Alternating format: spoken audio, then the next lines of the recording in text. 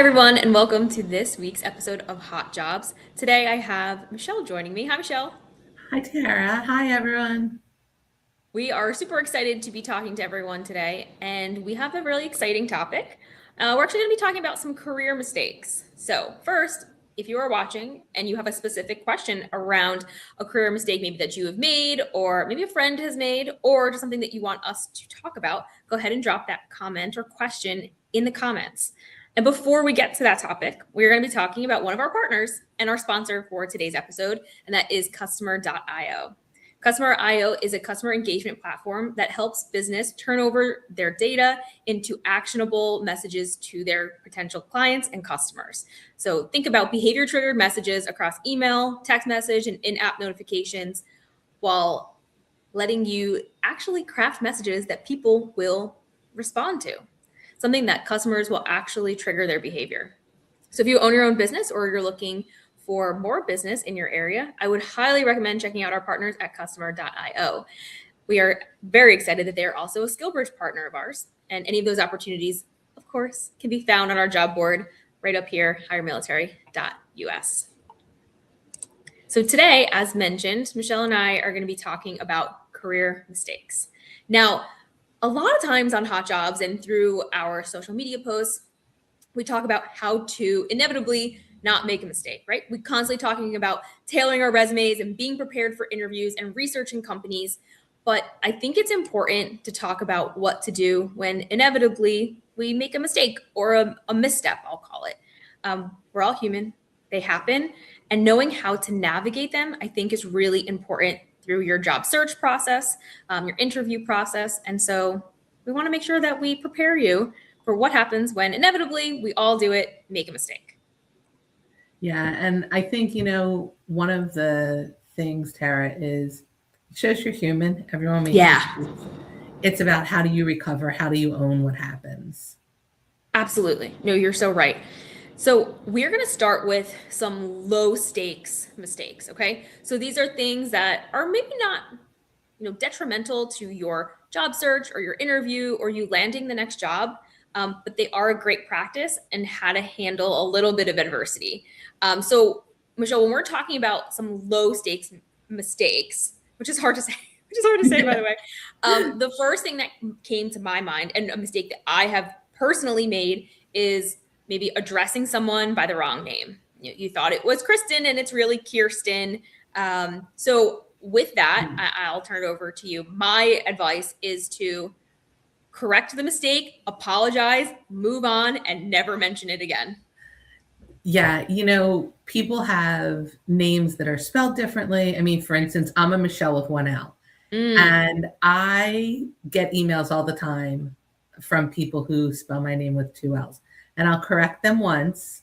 yeah. And then if it continues, your value with me is going down and down and down. If people catch it, they, say, oh, you know what, I'm really sorry. And then they're really conscious of it. But one thing I think you can do is, I always ask somebody when I'm walking into an interview if they could pronounce their name for me, Me too. because that way you're doing it right. And if you make that mistake, own it. Just say, I'm so sorry, what I won't make it again. I'll Yeah. address the issue. And you can get away with it a lot easier if somebody's name is spelled differently. But for me, it is low stakes, but it really kind of shows that attention to detail that somebody may have. Yeah. So agreed with what you said, just correct it and then just move on, pretend it didn't happen. Yeah. I think, and when we're talking about these low stakes mistakes, we are talking about making them one time, right? We're not Right. repeatedly calling someone the wrong name. Again, I think to what you said, Michelle, that kind of shows that maybe you're not paying attention or maybe you are not taking this as seriously. Right. So again, with the low stakes mistakes, for sure. And one of the things I remember about you, Michelle, is you referencing that you are a Michelle with one L. So now when I type your name, I'm like Michelle one L because Right. you said that, right? Yeah. And I do the same thing when talking to someone where I'm unsure on how to pronounce their name. I just ask. I Yeah. say, can you please tell me how you pronounce your name so that I say it correctly? And I will usually write it phonetically. I do the exact same thing. Yeah. Yeah. And I So put it in my notes, like in our database. I will yes. put it in our notes so it's pinned Yeah. so that everyone knows how to pronounce the name. Correct. Yes. Totally agree with that. I think some other low stakes mistakes. So again, things that aren't going to be super detrimental. If if it happens one time, but they do need to be corrected. Using the wrong title for someone, maybe addressing them by like their job title that's incorrect. That could be another low stake mistake. Also, Yeah. again, we're all human. Losing your train of thought during an interview. I certainly see people really stress about this one. We are all human and it happens. So I think just pausing, saying, you know what, I'm not sure where that was going. Let's move on to something else. Again, kind of the apologize, correct, and move Yeah. on is kind of my category for low Yeah. stakes. What do you think? For that losing your spot in an interview, one of my favorite ones is I was interviewing a service member for a position, and he just totally lost his train of thought. And he's like, sorry, like computer glitch. I was reading the script in my mind, and it was like, it alleviated the awkwardness, and, everybody in the interview laughed and, just kind of regrouped, and he was able to redirect what he was saying. And I think a lot of times, especially with these low stakes, if you can bring a little humor into it, it kind of just, it alleviates the tension. Everyone knows that it was a hiccup, but if you can laugh through it, you can just move on and, make a good impression. And sometimes that making people laugh and owning it makes a good impression and covers up the mistake. I totally agree. I think one thing you said there that's worth repeating is owning it. Yes. So admitting to your mistake, owning it, correcting and moving on. That owning piece is really important. I was just talking to a friend who works in a completely different industry, not anywhere near me, and she works with a team that she's recently managing. And she said one of her biggest challenges is that her team doesn't necessarily own mistakes. And she's like, it's nothing big. It's, hey, you missed something here. And instead of saying like, oh yeah, so sorry, I didn't catch that. Or, hey, good catch, I didn't see that. They maybe make an excuse or don't acknowledge it. So I think acknowledge the mistake, move on, correct, and we don't have to worry about that one again. Yeah. And I think when you do that and you own it, you're saying to your future employer, like, I recognize that I may make mistakes, but I'm going to figure out how to overcome it, or I'm going to figure out how to correct it, but I will always take ownership of it. Yeah. And I think that's an important signal. Yeah. Yeah. Absolutely.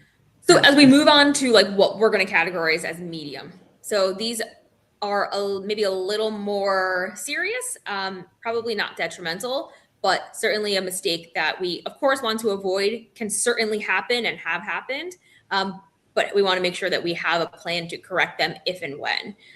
So I'm going to share the first one that's happened really frequently, I would say over the last, 6, 8, 10 months, as AI has become a little bit more of a pal for people with their resume. Sending an incomplete resume. So more and more often I see resumes in our job pool or attached to certain job requisitions that are incomplete. And by that, I mean, it says like, I'll just use a generic name, John Smith, put your LinkedIn here, or like put your job title here. And it's a placeholder. It's obviously a template. Or I've probably told this story before, not double checking the template that you're using. I had years ago, someone apply for a job, and there was a bullet that says that she was fluent in American Sign Language. And I thought that was so interesting. And I brought it up in the interview and I asked, oh, what made you, be interested in American Sign Language? And they said, oh, I don't speak that at all. And I said, it says on your resume that you're fluent. And she was very taken aback and asked me if I was reading the correct resume, which I was. Wow. We had gone through the entire interview. Oh my goodness. It was like a very first bullet on her resume. So these are things that are a little bit more, I would say, again, medium stakes.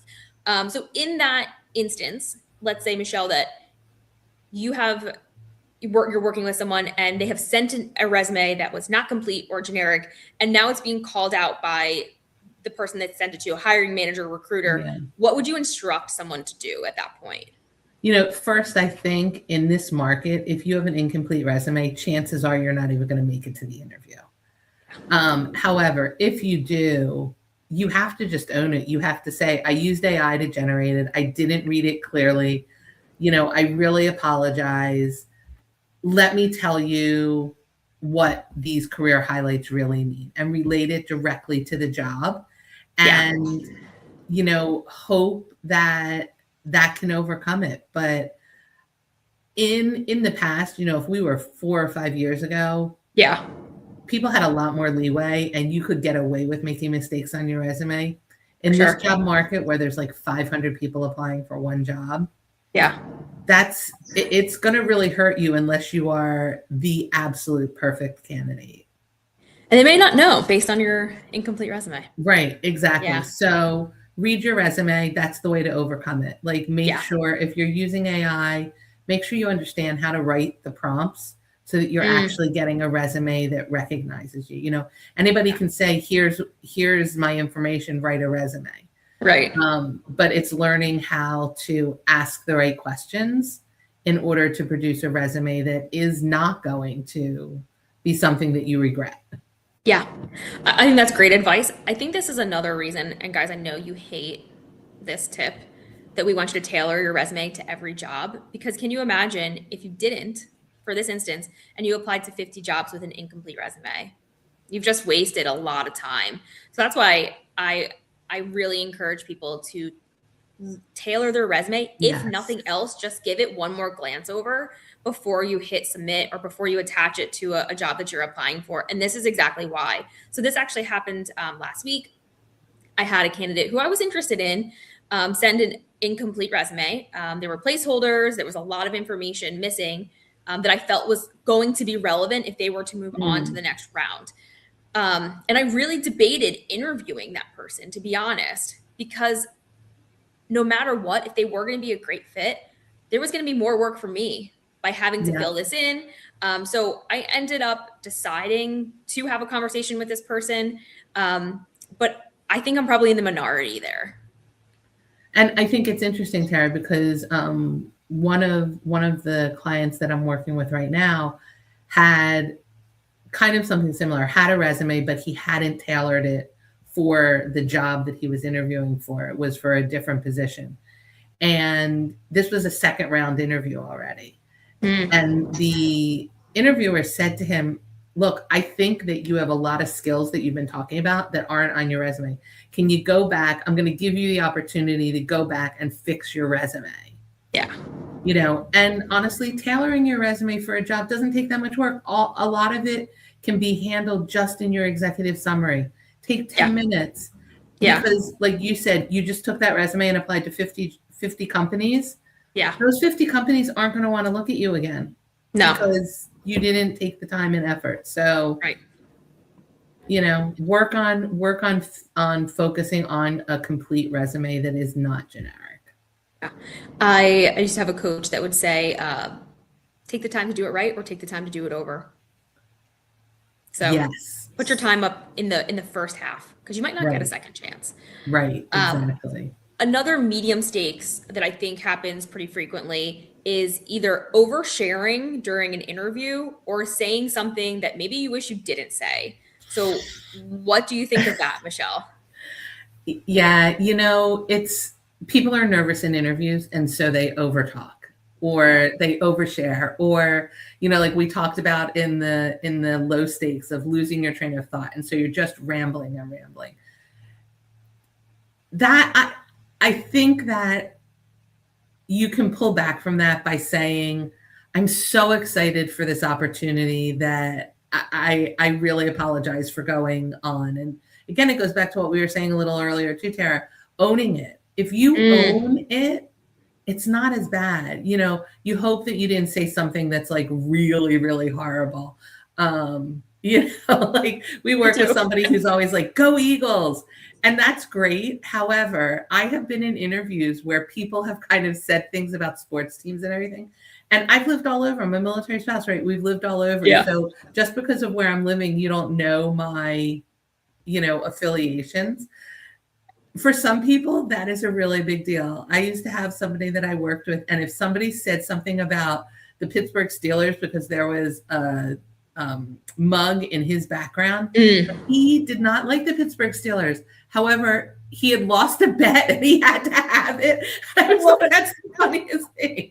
Now, sometimes it became a funny thing, but I think it's, if you can own it, if you can, just apologize and move on and try not to backpedal and reframe what you said, just ignore it and pretend it didn't happen after you own it. That's the best thing that you can do. What do you think? I like to try to put in some tactical pauses while I'm speaking. Now, again, it's not going to maybe prevent oversharing, but just taking a couple of second pause before you continue on. A lot of times the other person will jump in with a question or they're going to have a pivot. Right. It's usually, like you said, when someone is maybe a little nervous or they're not sure how much detail to give. So I think having a strategy to pause while you're answering a question or talking about yourself, you could even do something of like, would you like me to continue? Should I elaborate on that? Would you like me to expand on this? Would you like have I answered your question? Is a great stopping point. So having that, what I call a tactical pause in between your response and reaction is vital. This is also life advice. Tactical pause before you say anything. Right. With a little bit of what you said as well, I try to tell people, especially in corporate style communications, and maybe this is more of a written communication, say less words. Question. Yep. For those of you who don't know, I've seen every episode of Law and Order. So question asked and answered, move on. Do not elaborate. Yeah, absolutely. And I love that. I think that taking that tactical pause, even when somebody asks you a question in an interview, you can say, I haven't really considered that. Could you give me a minute to collect my thoughts? Yes. And that shows that, you're thoughtful, you're digesting what the person is asking you, and that can help you recover from saying something that you didn't really mean to say also. Absolutely. I think that's another strategy. If you're caught off guard, if you don't immediately understand the question or you don't immediately know the answer, ask them to elaborate on the question, or could you ask that question again? Or can you expand on what you're looking for? Right. That gives you another second. And it's okay to say, I don't know. Yeah. I mean, it really is. It's, rarely does an employer expect you to know everything about a job you're interviewing for. So it's okay to say, I don't know. Now, you can't say that about every question, but you're not gonna get the job. That would not go over well. That would not go over well.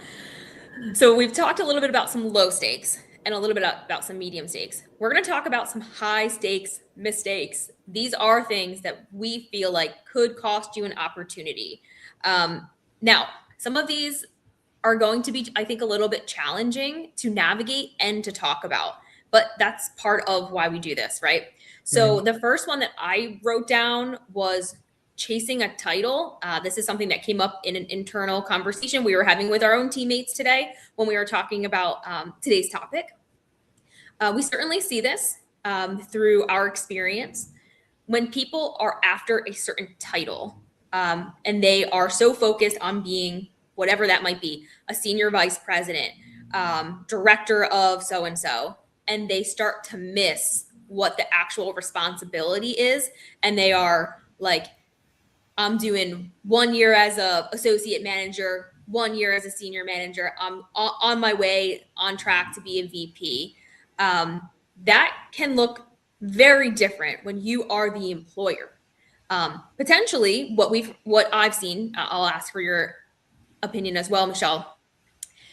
The person who is interviewing feels like I'm ambitious, I'm driven. What the employer sees is this person does not want to stay in this role. They are only after a title and not a role or responsibility or building a team. We're not going to invest time, energy, and resources in taking a person who does not want to be the job or the title or the responsibility that we are hiring for. Right.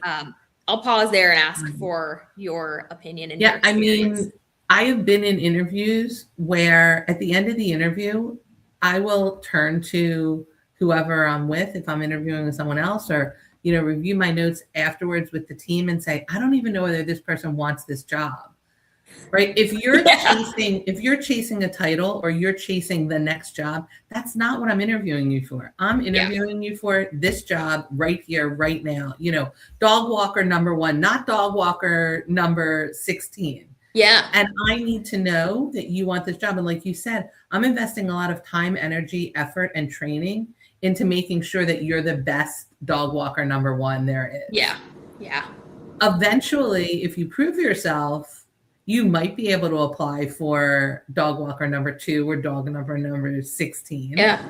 Manager of dog walkers. Right now, all I care about is, do you want this job? And I will tell you, people walk out of an interview, and if I'm not sure that they're interested in the job, they're really going to the bottom of my pile of people that I interview. They may never even get a second look because the 3 other people that I interviewed all were like, yes, I really want this job right here, right now. Yeah. And I know there's going to be some people out there who hear this and think, well, that person is ambitious and they're driven and they want growth. I'm telling you, keep as it an inside. employer, keep it in. But demonstrate that in being the best dog walker, right? Exactly. If we continue with our example. If you're interviewing for a dog walker position, talk about your experience and what you would bring to make that role successful, how you would be a great teammate, how you would execute. And I'm going to manage all 50 dog walkers, and I'm going to be the regional manager of the dog walking association. Right. That's not the role here. And guess what? Someone already has that role. Right. So you're already introducing a conflict, and you don't work there. That's the other. Yes. That was the next one that I put down. Making assumptions about the company and career trajectory before you even have the role. That's very presumptuous that you know how to do it better than the people are already there. Right. I was working in healthcare a few years ago, and I was brought onto a team that was really struggling. During my interview, my on-site interview, at the end of the day, the boss looked at me and he said, "What do you think?" And I said, "I think you guys need help." And he was like, "You're right. I do need help." I did not make a single change for 6 months. Right. I didn't work there. I didn't know the team. I didn't know their process. I could see it wasn't working. But can you imagine someone brand new, never worked at this company, never worked on this team, and the first 30 days, I say, I know how to fix this. You guys have been doing it wrong for years. Yeah. And, unfortunately, we do see that. And we see it a lot with senior leadership in the military transitioning out into the corporate world. And the reality is that those are the questions, if you want to ask and make assumptions about career trajectories and things, those are the questions to ask before you're interviewing in an informational interview. Yeah. So you already have that knowledge, but I agree, walking into a team and immediately making changes is not the way to go, because now you've created a lot of animosity, and all of those people who you may be managing and you're now the outsider coming in, they've got connections in the company. They've got lanes. They've got a lot of ways to undermine you if you move that way. And it's just not a good look. Nobody wants to work for somebody that is coming in and saying, you're all really bad at your jobs, and that's why I was brought in. Yeah. Unless you are brought in as a true change agent and your consultant role is to elicit immediate change. No one, that's not really the teammate that I would personally want to work with. Right. Right. I'm happy to acknowledge that maybe my process isn't the best, but I think there's an art to go about it. And it's certainly not before you work there. Exactly. 100% it's not before you work there. Yeah. Be humble. Yeah. And it's great to be inquisitive and ask questions, but don't make assumptions before you get the role. Right.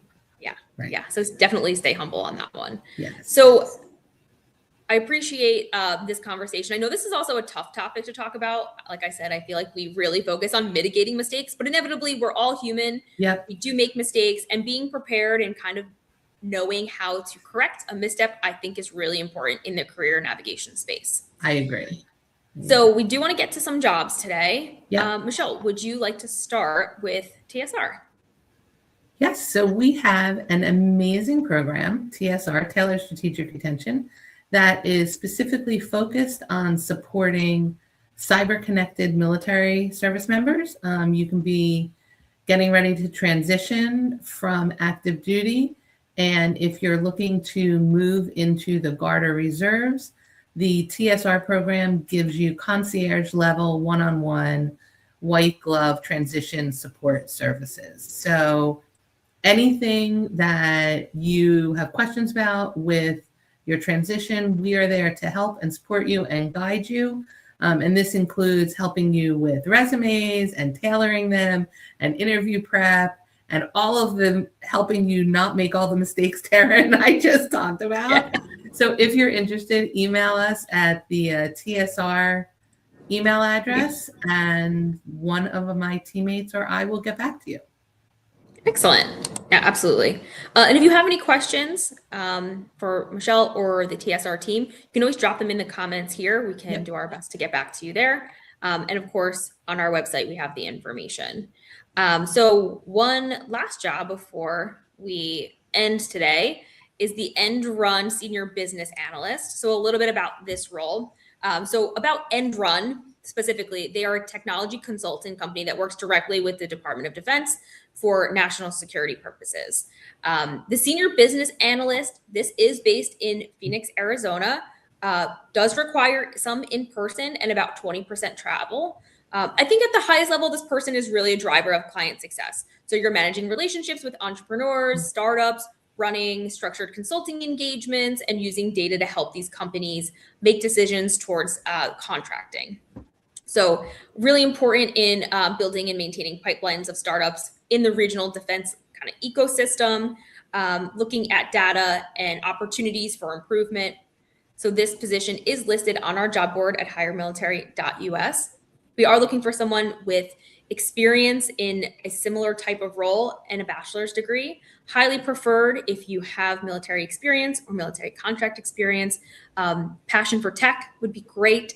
Ability to code would also be really beneficial. So if any of those sound like you or someone you know, I would highly recommend heading over to our website, looking at the full job description, or leave a comment so our team can get back to you. So those are some of our rules for today. I do think I saw a good question. So I'm going to put Chris's question up here before we close out today. When is a good time to start putting in your application, starting interviews for transitioning or retiring service members? What do you think, Michelle? Yeah. So Chris, usually, I mean, you should be looking and working on networking now because that's going to help you. But you really want to be about 3 months out because companies are interviewing for jobs they need to fill now. Yeah. So if you're further out than that, it really doesn't do you any good other than it will help build your network. But if you're going to start applying for jobs like that, 10 to 12 weeks is kind of the golden hour. Absolutely. And if your separation or retirement date is beyond that, there are definitely things you can be doing. Like Michelle mentioned, networking, doing some informational interviews, looking at the types of position that you like. Remember, program manager, project manager in what? Construction, healthcare, technology. They're not all built the same. Doing research on what types of companies you would like to work for, reaching out to veterans or connections on LinkedIn about having a virtual coffee conversation about their role, or just a few quick examples of things you can be doing if you are not in that 90-day window. Yeah. Networking. Yeah. There's always things that you can be doing to improve your chances in the job market. So it looks like we are just about 30 minutes. I would like to thank you, Michelle, for joining today, for hopping on. I've really enjoyed our discussion. I think this is a really important topic. Absolutely. Thanks for everyone who joined us, and we'll be back next week. Yep, we sure will. Bye, guys. Thank you. See ya.